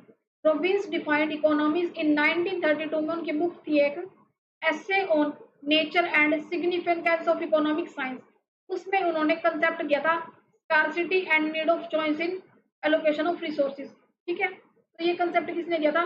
रॉबिन्स ने दिया था, रॉबिन्स ने दिया था। An essay on the nature of significance of economic science. ठीक है, लियोनल रॉबिन्स, इन्होंने ये बुक लिखी थी। नेक्स्ट क्वेश्चन है, make in India related to which of the following field? Make in India का संबंध निम्नलिखित में से किस क्षेत्र से है, किस फील्ड से है? विनिर्माण क्षेत्र, कृषि क्षेत्र, सेवा क्षेत्र या शिक्षा क्षेत्र? तो भाई देखो, मेक इन इंडिया की बात कर रहे हैं, मेक इन इंडिया का संबंध किस क्षेत्र से है? तो देखो, मेक इन इंडिया का संबंध है मैन्युफैक्चरिंग सेक्टर से, विनिर्माण क्षेत्र से। ये इनिशिएटिव किससे रिलेटेड है? मैन्युफैक्चरिंग सेक्टर से। लॉन्च किया गया था गवर्नमेंट ऑफ इंडिया के द्वारा, भारत सरकार के द्वारा, भारत सरकार के द्वारा 25 सितंबर 2014 को इसको लागू किया गया। एनकरेज, एनकरेज का मतलब होता है प्रोत्साहित करना कंपनियों को टू मैन्युफैक्चर देयर प्रोडक्ट्स, मतलब कि वो अपने प्रोडक्ट्स को, अपने उत्पादों को मैन्युफैक्चर करे, उनका निर्माण करे इंडिया में। एंड बूस्ट, बूस्ट का मतलब वृद्धि करना, उसको ऊपर उठाना। डोमेस्टिक मैन्युफैक्चरिंग यानी कि घरेलू जो हमारा मैन्युफैक्चरिंग सेक्टर है, निर्माण क्षेत्र है, उसको ऊंचा उठाओ और उसमें इन्वेस्ट करो। ये था make in India. Make in India मतलब कि भारत को बनाओ, ताकि हमारी जो प्राइवेट कंपनीज है, प्राइवेट सेक्टर्स है, वो ज्यादा से ज्यादा आगे बढ़कर आए, अपने देश में प्रोडक्शन करे, डोमेस्टिक मैन्युफैक्चरिंग को बढ़ावा दे। तो ये किससे रिलेटेड था? Make in India manufacturing sector से रिलेटेड था। इसका आंसर हमारा हो जाएगा विनिर्माण क्षेत्र, मैन्युफैक्चरिंग सेक्टर। कब शुरू हुआ था ये? 2014 में।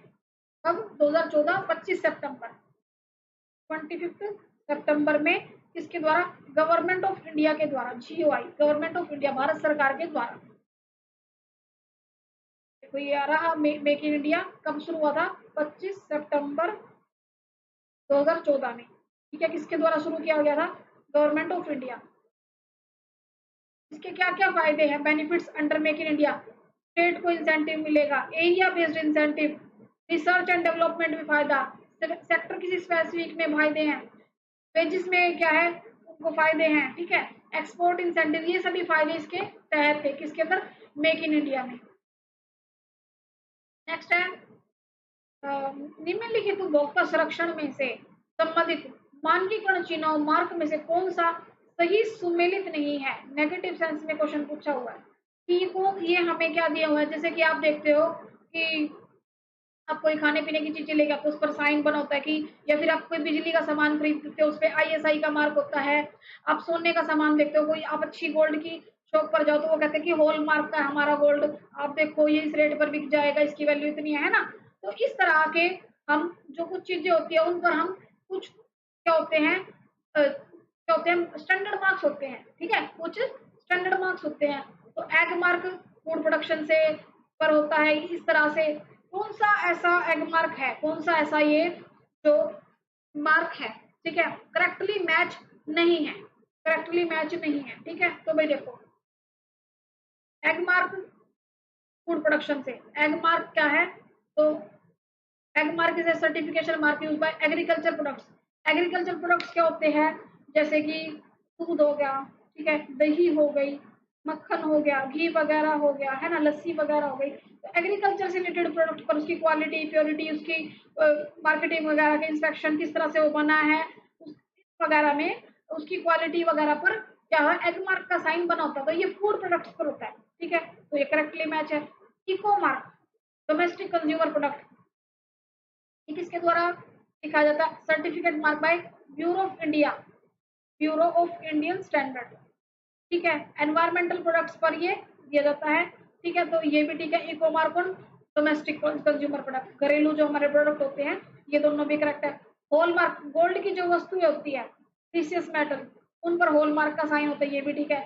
फूल मार्क, ऐसा कोई मार्क नहीं होता सूती और रेशमी वस्त्रों पर, तो ये हमारा करेक्टली मैच नहीं है। ठीक है, ये हमारा करेक्टली मैच नहीं है।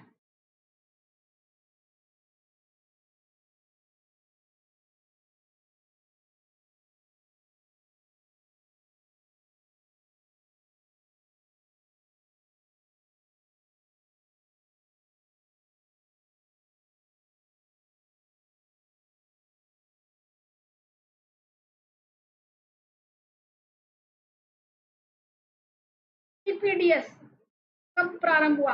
टारगेटेड पब्लिक डिस्ट्रीब्यूशन सिस्टम कब शुरू हुआ था? TPDS, PDS के बाद TPDS शुरू हुआ था। तो भाई ये शुरू हुआ था 97 में, जून 97 में शुरू हुआ था। PDS के बाद, पब्लिक डिस्ट्रीब्यूशन के बाद टारगेटेड, मतलब कि उन लोगों को टारगेट किया जाता था कि जिनको सच्ची में ही इस चीज की जरूरत है। ठीक है, जिनको सच्ची में ही राशन मिलना चाहिए सरकार के द्वारा, उन लोगों को टारगेट किया गया। ये कब शुरू हुआ? 97 में। तो भाई देखो targeted public distribution was launched in June 97। TPDS aim to provide subsidised food, यानी कि जो कम मूल्य पर जो खाने पीने की वस्तुएं हैं, फ्यूल है, टू द पुअर, जो गरीबों से भी गरीब है, बाय टारगेटिंग, उनको देखते हैं, उनको टारगेट कर हुए स्पेसिफिक ग्रुप, मतलब कि ये स्पेशल ग्रुप है, ये सच्ची में ही नीडी पर्सन है, based on economic status. Question में पूछा हुआ है वैश्वीकरण के कथन में कौन सा कथन सही है? क्वेश्चन पॉजिटिव सेंस में पूछा हुआ है। तो वैश्वीकरण को इंग्लिश में हम बोलते हैं ग्लोबलाइजेशन। भाई ये पूरा कंसेप्ट करते हैं एलपीजी का। ठीक है, एलपीजी कब आया था? 1991 में आया था। एलपीजी में L stands for liberalisation, P stands for privatisation और जी स्टैंड फॉर ग्लोबलाइजेशन, यानी कि लिबरलाइजेशन, प्राइवेटाइजेशन और ग्लोबलाइजेशन। तो ग्लोबलाइजेशन को हिंदी में वैश्वीकरण बोलते हैं। उसमें से कौन सा जो ये स्टेटमेंट है वो करेक्ट है, ट्रू है? Globalisation is purely economic phenomena. Globalisation की शुरुआत 1991 में हुई। वैश्वीकरण और पश्चिमीकरण समान है, ग्लोबलाइजेशन और वेस्टर्नाइजेशन समान है। ग्लोबलाइजेशन क्या है? एक मल्टी डायमेंशनल फिनोमिना है, बहुआयामी परिघटना है। तो भाई आपको पता है कि 1991 में हमारे देश ने में मनमोहन सिंह जी और पीवी नरसिम्हा राव जी क्या लेके आए थे? एलपीजी का कंसेप्ट लेके आए थे। तो उन्होंने क्या किया था कि हमारे देश में बहुत सारे संकट आ गए थे, हमारे देश में क्राइसिस आ गए थे, तो फिर वो ग्लोबलाइजेशन का कंसेप्ट लेके आए थे। तो ग्लोबलाइजेशन क्या है? ग्लोबलाइजेशन क्या? एक मल्टी डायमेंशनल फिनोमिना है, मतलब कि ग्लोबली लेवल पर उन्होंने क्या कहा, हमारे देश को प्रोत्साहित किया कि हमें विश्व के साथ व्यापार करना चाहिए, अपने जो रिलेशन है दूसरी कंट्रीज के साथ अच्छी करनी चाहिए। तो ग्लोबलाइजेशन क्या है? एक मल्टी डायमेंशनल फिनोमिना है, मतलब कि एक बहुआयामी परिघटना है। ठीक है, इसका आंसर हमारा फोर्थ हो जाएगा। क्यों हुआ था ऐसा एलपीजी में? तो भाई देखो, उस टाइम पर क्या था, हमारे जो विदेशी जो संचय है, हमारे देश के जो फॉरेन रिजर्व है वो बहुत बहुत ज्यादा लो चले गए थे, और हमारे देश की जो इकोनॉमिक कंडीशन है बहुत ज्यादा बेकार हो चुकी थी।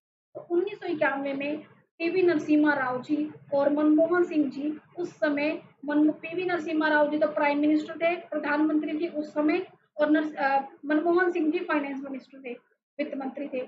उन्होंने एक एक पॉलिसी लेके आए, जब ये एलपीजी की लिबरलाइजेशन, प्राइवेटाइजेशन, उदारीकरण, निजीकरण और वैश्वीकरण, हिंदी में बोलते हैं उदारीकरण, उदारीकरण, ठीक है, निजीकरण और वैश्वीकरण, निजीकरण और वैश्वीकरण, ठीक है। तो उदारीकरण मतलब कि जो भी गवर्नमेंट ने स्ट्रिक्ट पॉलिसी बनाई हुई थी, कंपनीज को लाइसेंस ना देना, कंपनीज पर रोक लगाना, बैन लगाना, स्ट्रॉन्ग पॉलिसी थी, टाइट पॉलिसी थी, उसको लॉस किया, उसमें उदार किया, मतलब कि उन पर थोड़ी सी उनको लूज किया और लोगों को प्रोत्साहित किया, प्राइवेट फर्म को, कि वो अपना फर्म्स वगैरह लगाए, ठीक है, प्लांट वगैरह लगाए। प्राइवेटाइजेशन, निजी जो कंपनी है बहुत ज्यादा ऊपर उठकर आई ताकि वो इन्वेस्ट करे, ताकि जो हमारे देश की इकोनॉमी है वो अच्छे से बूस्ट कर पाए। फिर ग्लोबलाइजेशन, बहुत अच्छा ये कंसेप्ट निकल के आया, और बहुत हमारे देश ने एक अच्छे लेवल पर टेक्निक्स को यूज किया। जो हमारे टेलीकॉम रेगुलेटरी कंपनीज है वो बहुत अच्छी बूस्ट होकर आई। तो इससे क्या हुआ, बहुत अच्छा देश को फायदा हुआ। ठीक है, एलपीजी पॉलिसी में ही, एलपीजी पॉलिसी में ही जो ग्लोबलाइजेशन है, वैश्वीकरण है, उसी का ही एक पार्ट है ग्लोबलाइजेशन। ये क्या है? एक मल्टी डायमेंशनल फिनोमिना है। इसका आंसर हमारा फोर्थ हो जाएगा। नेक्स्ट देखिए,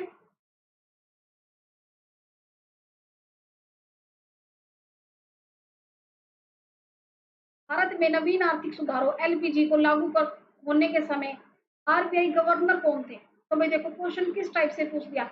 जब एलपीजी आया था 1991 में, उस टाइम पर मैंने आपको बता दिया प्राइम मिनिस्टर थे नरसिम्हा राव जी, नरसिम्हा राव जी, ठीक है, और फाइनेंस मिनिस्टर थे उस टाइम पर मनमोहन सिंह जी, फाइनेंस मिनिस्टर थे उस टाइम पर मनमोहन सिंह जी, ठीक है।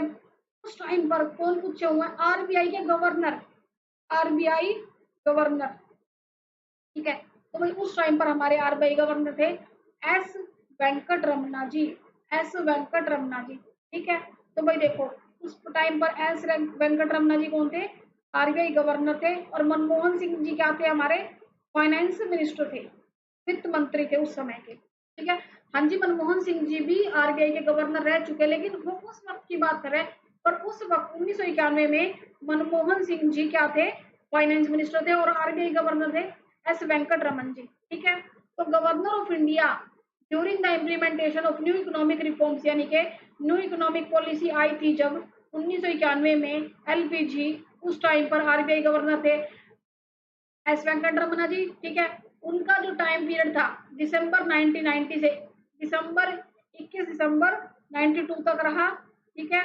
और उन्होंने क्रूशियल रोल प्ले किया इंडिया के बैलेंस ऑफ पेमेंट के जो क्राइसिस थे, मतलब कि एक बहुत महत्वपूर्ण भूमिका निभाई, इसमें अपना योगदान दिया। जो हमारे जो उस टाइम पर क्राइसिस आ चुके थे, जो हमारे देश की जो वित्तीय जो स्थिति है बहुत ज्यादा गड़बड़ हो चुकी थी, उसको सुधार करने में सपोर्ट किया। किसको सपोर्ट किया? इकोनॉमिक रिफॉर्म्स को, यानी कि आर्थिक सुधारों को introduced by government under the finance minister, यानी कि उस टाइम पर फाइनेंस मिनिस्टर कौन थे?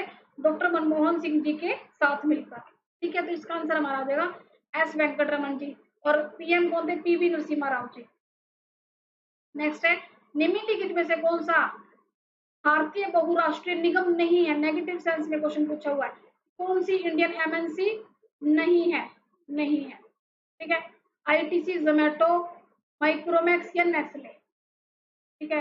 तो भारत की कंपनी नहीं है आईटीसी, जोमेटो या फिर नेस्ले। तो भाई देखो कौन सी नहीं है, ठीक है। तो भाई कौन सी है आपको बताना पड़ेगा। तो भाई देखो नेस्ले नहीं है, ठीक है। नेस्ले क्या है? एक इंडियन ब्रांड नहीं है। माइक्रोमैक्स के फोन आते हैं, ये भी क्या है? इंडियन कंपनी है, ठीक है। और जोमेटो का जो को फाउंडर है, जो जोमेटो क्या है? एक इंडियन कंपनी है, ठीक है। और आईटीसी क्या है? इंडियन टोबैको कंपनी, ये भी इंडियन मल्टीनेशनल कंपनी है। लेकिन नेस्ले के बिस्किट होते हैं, चॉकलेट आती है, कॉफी वगैरह भी आती है ना। तो ये क्या है? इसका हेडक्वार्टर कहाँ है? स्विट्जरलैंड में है, ठीक है। स्विट्जरलैंड में है। और मैगी आती है, ठीक है, नेस्ले की। तो नेस्ले क्या है? इंडियन कंपनी नहीं है, स्विट्जरलैंड की कंपनी है, एक मल्टीनेशनल कंपनी है, लेकिन इंडियन नहीं है। तो इसका आंसर हमारा आ जाएगा नेस्ले, इंडिया की नहीं है ये, ठीक है। आईटीसी है, जोमेटो है, माइक्रोमैक्स है, ये इंडियन एमएनसी है, इंडियन है। तो भाई देखो नेस्ले की कॉफी आती है, ये क्रीम आती है, मैगी आती है, और ये मिल्क पाउडर आता है, और केचप आती है, ये इस तरह की चॉकलेट्स वगैरह आती है। नेक्स्ट देखिए, 2001 से 2011 तक, यानी कि 10 ईयर, 10 ईयर्स, इसको हम बोलते हैं क्या? दशक हिंदी में, और इंग्लिश में बोलते हैं डिकेड, ठीक है। तो 2001 से 2011 के दौरान जनसंख्या की दशकीय वृद्धि की, मतलब की दशकीय वृद्धि कितनी थी? 2001 से 2011 के दौरान भारत की दशकीय वृद्धि क्या थी? तो भाई देखो the decadal growth of India's population between 2001 and 11 is 17.64। कितनी थी? 2001 से, ये 2001 है यहाँ से, तो 2011 तक, इसको यहाँ से यहाँ तक कितनी थी? 17.64। यहाँ से 2001 से 2011 का ये पूरा है 17.64, ठीक है। तो इसका आंसर हमारा हो जाएगा थर्ड, तो इसकी वृद्धि थी 17.64। नेक्स्ट क्वेश्चन है हमारा, एचडीआई के संबंध में कौन सी टिप्पणी असंगत है? इनकरेक्ट है, नेगेटिव सेंस में पूछा हुआ है, इनकंसिस्टेंट है। तो एचडीआई का जो हम कंसेप्ट करते हैं ग्रोथ एंड डेवलपमेंट में, इसका हम कंसेप्ट करते हैं। तो इसमें से कौन सा जो पॉइंट है, कौन सी जो स्टेटमेंट है वो इनकरेक्ट है? HDI stands for human development index which also represent by rank, it is using purchasing parity method. गलत है ये। Life expectancy as birth rate denotes average expectancy length of person of time of birth. HDI include income, health and education. तो भाई देखो HDI stands for Hunger Development Index, which also presented as rank. So HDI actually stands for Human Development Index. ठीक है, human development index इसका full form है, ठीक है। तो इसका करेक्ट आंसर क्या हो जाएगा? First, HDI stands for hunger नहीं, human, human development index, human development index, ठीक है। तो हंगर नहीं आएगा यहाँ पर, ह्यूमन आएगा। तो इसका ये इनकंसिस्टेंट है, ये इनकंसिस्टेंट कौन सा है? ये वाला, ठीक है। तो use rank countries bye their level of human development, की लोगों का विकास का स्तर क्या है, उस पर इसकी अलग अलग रैंक्स आती है। तो ये परचेजिंग पावर पैरिटी को चेक करता है, बिल्कुल ठीक है। लाइफ एक्सपेक्टेंसी, बर्थ रेट, इसको भी चेक करता है। इसमें हम इनकम, हेल्थ, एजुकेशन सभी को शामिल करते हैं। तो ये तीनों इसमें इंक्लूड होते हैं, किसमें? एचडीआई में। तो देखो हेल्थ हो गया, एजुकेशन हो गया, लिविंग ऑफ स्टैंडर्ड हो गया, तो ये सभी क्या है? एचडीआई में हम कंसीडर करते हैं। नेक्स्ट है, निम्नलिखित में से कौन सा भारतीय रिजर्व बैंक का कार्य नहीं है। भारतीय रिजर्व बैंक का कार्य नहीं है। रिजर्व बैंक क्या होता है हमारा? सेंट्रल बैंक, ठीक है, केंद्रीय बैंक। रिजर्व बैंक कौन सा होता है हमारा? केंद्रीय बैंक, ठीक है। साख का सृजन, साख का नियंत्रण, मौद्रिक नीति, करेंसी नोटों का निर्गमन। तो देखो क्या नहीं है, रिजर्व बैंक का काम कार्य नहीं है। तो रिजर्व बैंक का क्रिएशन ऑफ क्रेडिट, आरबीआई कभी भी पब्लिक को लोन नहीं देता। पब्लिक को लोन, पब्लिक का पैसा जमा करना, ये कौन करता है? कमर्शियल बैंक करता है, ठीक है। आपने कभी सुना है या किसी ने आपसे कहा है कि मैंने आरबीआई से लोन लिया, है ना, आरबीआई में मेरा अकाउंट है? नहीं। ये किसका फंक्शन है? Credit creation. Credit creation primary किसका फंक्शन है? कमर्शियल बैंक का। आपको अगर लोन की जरूरत है तो आप कहाँ जाओगे? कमर्शियल बैंक में जाओगे। कमर्शियल बैंक कौन से होते हैं? जो पब्लिक के पैसे को जमा करते हैं, उनको स्वीकार करते हैं और उनको लोन देते हैं, जैसे कि Punjab national bank, state bank of India, oriental bank of commerce, Canara bank, हमारा महाराष्ट्र बैंक, ये सभी क्या है? कमर्शियल बैंक है। They lend money to business and individual, the term creates credit to the economy, ठीक है। ये लोगों को जमा स्वीकार करते हैं और उनको लोन देते हैं। आरबीआई क्या है? क्रेडिट को कंट्रोल करता है, मुद्रा की स्फीति को, पैसे का इकोनॉमी में कितना कंट्रोल होगा, इसको क्रिएट करता है। क्रेडिट को कंट्रोल करता है लेकिन क्रिएट नहीं करता। ये कौन करता है? कमर्शियल बैंक करता है। कमर्शियल बैंक को हिंदी में क्या बोलते हैं? वाणिज्यिक बैंक। मौद्रिक नीति, किस तरह से हमारी मॉनेटरी पॉलिसी वर्क करेगी, ये भी आरबीआई करता है, ठीक है, ये भी आरबीआई करता है। करेंसी नोट, नोट कितने छपेंगे, किस अमाउंट में मनी सर्कुलेट होगी हमारी इकोनॉमी में, ये भी आरबीआई करता है, ठीक है। लेकिन ये आरबीआई नहीं करता, ये करता है वाणिज्यिक बैंक, वाणिज्यिक बैंक, ठीक है। नेक्स्ट है जनगणना 2011 के अनुसार भारत में महिला साक्षरता में सर्वाधिक पिछड़ा राज्य यानी कि बैकवर्ड स्टेट कौन सा है, ठीक है। मतलब कि लिटरेसी मतलब कि साक्षरता, मतलब कि वो किसी भी भाषा को में पढ़ने या लिखने में सक्षम नहीं है, ऐसा कौन सा राज्य है 2011 की जनगणना के अनुसार जहां पर महिलाओं का साक्षरता दर बहुत ज्यादा कम है या लिटरेसी रेट बहुत ज्यादा पिछड़ी हुई है? तो भी कहाँ का है? सबसे ज्यादा है बिहार का। Bihar is the lowest female literacy rate in India as per 2011 census. तो बिहार का कितना रेट है? 53.3, यानी कि बिहार में 53.3 फीमेल्स क्या है? लिटरेसी रेट से पीछे हैं, ठीक है, फीमेल है लिटरेसी रेट से पीछे। सबसे ज्यादा पिछड़ा राज्य कौन सा है? बिहार। नेक्स्ट है भारत में सकल घरेलू उत्पाद ग्रोस डोमेस्टिक प्रोडक्ट में विभिन्न क्षेत्रों का योगदान का क्रम क्या है? तो भाई देखो हम पूरा टॉपिक करते हैं क्या? सेक्टर्स ऑफ इंडियन इकोनॉमी, भारतीय अर्थव्यवस्था के क्षेत्र, उसमें हम प्राथमिक क्षेत्र, द्वितीय क्षेत्र, तृतीय क्षेत्र करते हैं। प्राथमिक क्षेत्र में कौन से आते हैं, द्वितीय क्षेत्र में कौन से आते हैं, टर्चरी सेक्टर में कौन से आते हैं? तो एग्रीकल्चर जो हमारा कृषि से संबंधित हम काम करते हैं, जैसे कि पशुपालन हो गया, खेती बाड़ी का हो गया, है ना, मछली पालन हो गया, ये हमारा प्राथमिक क्षेत्र हो गया। फिर जैसे कोई लोग क्या करते हैं कि जैसे दूध, आप देखते हो कि जो दूध वाले होते हैं जिनके पास एक्स्ट्रा दूध होता है वो मार्केट में बेच देते हैं, फिर वो उस दूध से पनीर बना लेते हैं, मिठाई बना लेते हैं, और घी बना लेते हैं और लस्सी वगैरह बना लेते हैं। तो वो उसको मैन्युफैक्चर करके दूसरे प्रोडक्ट में तैयार कर देते हैं, कोई किसी चीज की फैक्ट्री लगा रहा है, तो ये आता है द्वितीय क्षेत्र में, सेकेंडरी सेक्टर में। फिर आता है तृतीय क्षेत्र, टर्चरी सेक्टर।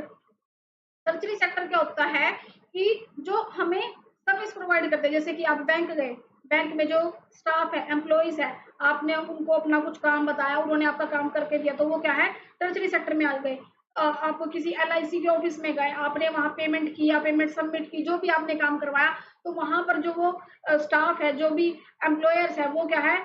एम्प्लॉयड है, वो अपना एक टाइम पीरियड सुबह से लेकर शाम तक वहां ड्यूटी करते हैं, उसके बदले उनको सैलरी मिलती है, तो वो अपनी सेवाएं प्रदान करते हैं। तो जो लोग जॉब वगैरह करते हैं वो टर्चरी सेक्टर में आते हैं, उनको तृतीय क्षेत्र ये काम कहा जाता है, ठीक है। क्वेश्चन पूछा हुआ कि जो हमारी जीडीपी है, सकल घरेलू उत्पाद में जो हमारे ये तीनों सेक्टर है, प्राइमरी, सेकेंडरी और टर्चरी, इनका क्या योगदान है, किस क्रम में है, कोई कौन सा सेक्टर सबसे ज्यादा कंट्रीब्यूट करता है, ठीक है ना, जीडीपी में कौन सा सेक्टर सबसे ज्यादा कंट्रीब्यूट करता है? तो भाई देखो सर्विस सेक्टर करता है टर्चरी, फिर सेकेंडरी, फिर प्राइमरी। ठीक है, तो इस तरह से हमारा ऑर्डर जाएगा। फर्स्ट इसका करेक्ट आंसर है। ठीक है, नेक्स्ट देखिए, किस अर्थशास्त्री ने, किस इकोनॉमिस्ट ने भारत में सर्वप्रथम गरीबी का अध्ययन किया, उसको स्टडी किया। 1956 और 1968 के मध्य ग्रामीण निर्धनों में प्रतिशत में कमी होने का संकेत दिया। तो कौन सा हमारे इंडिया का ऐसा इकोनॉमिस्ट था जिन्होंने सबसे पहले गरीबी को स्टडी किया? 1956 1968 का जो टाइम था, उस दौरान उन्होंने जो गांव में रहने वाले गरीब है उनमें जो कमी आई है उसके बारे में इंडिकेशन दिया। तो भाई देखो, ये दिया था हमारा बीएस मिन्हास ने, बीएस मिन्हास ने। इसका आंसर हमारा सेकंड हो जाएगा। ठीक है, नेक्स्ट है, हाफिड के बारे में असत्य, नेगेटिव सेंस में क्वेश्चन पूछा हुआ है, हाफिड के बारे में ट्रू नहीं है। तो भाई देखो, HAFED stand from Haryana agriculture farm education department. HAFED क्या है? हरियाणा का सबसे बड़ा शीर्ष सहकारी संघ है। हाफिड 1 नवंबर 1966 को एग्जिस्टेंस में आया। हाफिड द्वारा हरियाणा के सभी जिलों में हाफिड बाजार खोलने की योजना है। तो इनमें से कौन सा जो स्टेटमेंट है वो रॉन्ग है? तो भाई देखो, कौन सा स्टेटमेंट रॉन्ग है? फर्स्ट स्टेटमेंट रॉन्ग है। क्या? हाफिड का मतलब है stands for Haryana agriculture farm and education department, लेकिन हाफिड का स्टैंड मतलब है Haryana agriculture farm education department. ये क्या है? इनकरेक्ट है। ये क्या है? इनकरेक्ट है। हाफिड का मतलब है Haryana state cooperative supply marketing federation limited, not agriculture education department. ठीक है, तो इसका ये हमारा जो फर्स्ट स्टेटमेंट है वो इनकरेक्ट है। ठीक है, ये इनकरेक्ट है। ये एग्रीकल्चर एजुकेशन डिपार्टमेंट नहीं, बल्कि सप्लाई और मार्केटिंग फेडरेशन लिमिटेड है, नॉट एग्रीकल्चर एजुकेशन, बल्कि कोऑपरेटिव सप्लाई मार्केट फेडरेशन है ये हरियाणा स्टेट का। ठीक है, ये लार्जेस्ट, ये भी बिल्कुल ठीक है। Second statement, largest apex body है, 1 नवंबर 1966 को आया, और ये इसका काम है सभी जिलों में हाइब्रिड मार्केट खोलना। ये तीनों स्टेटमेंट ठीक है, लेकिन ये स्टेटमेंट हमारी गलत हो जाएगी। ठीक है, नेक्स्ट है, सतत विकास, कंटिन्यू सस्टेनेबल डेवलपमेंट का मतलब क्या है? सस्टेनेबल डेवलपमेंट का मतलब क्या है? ठीक है ना, इस वर्ड से आप क्या समझते हैं? तो भाई देखो, सस्टेनेबल डेवलपमेंट का मतलब ये है इकोनॉमिक ग्रोथ, मतलब कि हमारी जो आर्थिक वृद्धि है उसका विकास करना, जो इंश्योर करे कि जो हमारी फ्यूचर में जनरेशन है, जो हमारी आने वाली जनरेशन है, उसको भी हम बचा के रखें। जो हमारे पास रिसोर्सेज है, जो हमारे पास भूमि है, जल है, हवा है, एटमॉस्फेयर है, जो हमें प्रकृति ने चीजें दी है, उसको हम इस तरह से संरक्षण करें और उसका डेवलपमेंट करें ताकि आने वाली पीढ़ी के लिए भी वो बचे। यही है हमारा सस्टेनेबल डेवलपमेंट। ठीक है, नेक्स्ट है, आर्थिक विकास की अवधारणा में मापन में सुधार का क्या क्रम था? सीक्वेंस में सेट करना है हमें इकोनॉमिक डेवलपमेंट को। ठीक है, इकोनॉमिक डेवलपमेंट में हमें इसको सीक्वेंस में सेट करना है कि किसी देश का जो इकोनॉमिक डेवलपमेंट है, हम सबसे पहले किस चीज को मेजर करेंगे? तो भाई सबसे पहले हम किस चीज को मेजर करेंगे कि वहाँ की इनकम क्या है, पर कैपिटा इनकम क्या है, फिजिकल क्वालिटी लाइफ इंडेक्स क्या है, वहाँ का ह्यूमन डेवलपमेंट इंडेक्स क्या है। तो इसका करेक्ट आंसर हो जाएगा ABCD। ABCD फर्स्ट आंसर ही हो जाएगा। ठीक है, तो भाई ये था हमारा इसका करेक्ट आंसर। ठीक है, नेक्स्ट है कि हमें ये दी हुई है लिस्ट 1 और लिस्ट 2, ये हमें कमेटी दी हुई है और ये हमें उस कमेटी के ईयर्स दी हुआ है। पहली कमेटी है Ashok Mehta committee, LM Singhvi committee, John Mathai committee, Santhanam committee. ठीक है, तो ईयर पूछे होगी कौन सी कमेटी किस वर्ष में आई। तो भाई देखो, अशोक मेहता कमेटी आई थी 1986 में, LM सिंघवी कमेटी आई थी 1978 में, जॉन मथाई कमेटी आई थी 1953-54 के दौरान, और संथानम कमेटी आई थी 1963 में। तो ये इसका करेक्ट सीक्वेंस है। ठीक है, ये इसका करेक्ट सीक्वेंस है। ठीक है भाई, तो John Mathai committee establish to examine recommended reforms of Indian tax system. तो जॉन मथाई की कमेटी किससे संबंधित थी? टैक्स से संबंधित थी। संथानम कमेटी किससे संबंधित थी? इन करप्शन से, यानी कि जो हमारा करप्शन है, ठीक है ना, धोखाधड़ी है, उससे रिलेटेड काम से संबंधित थी संथानम कमेटी। LM सिंघवी किससे संबंधित थी? With simplifying direct tax law, यानी कि जो हमारे प्रत्यक्ष कर है उससे संबंधित थी LM सिंघवी। और अशोक मेहता कमेटी किस पर फोकस करती थी? टैक्स बेस इंप्रूविंग एडमिनिस्ट्रेशन पर। ठीक है, ये हमारी कमेटी किस वर्ष के दौरान आई। तो भाई आज की ये क्लास होती है हमारी कंप्लीट। हमने किया 2022 का पेपर, 2021 का पेपर कंप्लीट हमने डिटेल सॉल्यूशन में कर लिया, और 2023 का टीजीटी का पेपर, इको का पूरा सॉल्यूशन एस्टेट का मैंने करवाया हुआ है, आपको चैनल पर उसका क्लास मिल जाएगा प्लेलिस्ट में। ठीक है, तो हमने इन 3 इयर्स के पेपर्स को कंप्लीट कर लिया है टीजीटी एस्टेट के। आई होप आपको ये क्लास अच्छी लगी होगी। मिलेंगे नेक्स्ट क्लास में। Thank you so much. और आपको ये क्लास कैसी लगी, और जल्द ही हम क्या करेंगे, हम और भी क्लासेस को लेके आएंगे इसी चैनल पर। तो भाई आप क्लास के साथ हमारे साथ जुड़े रहिएगा। मिलेंगे नेक्स्ट क्लास में। ठीक है, थैंक यू सो मच।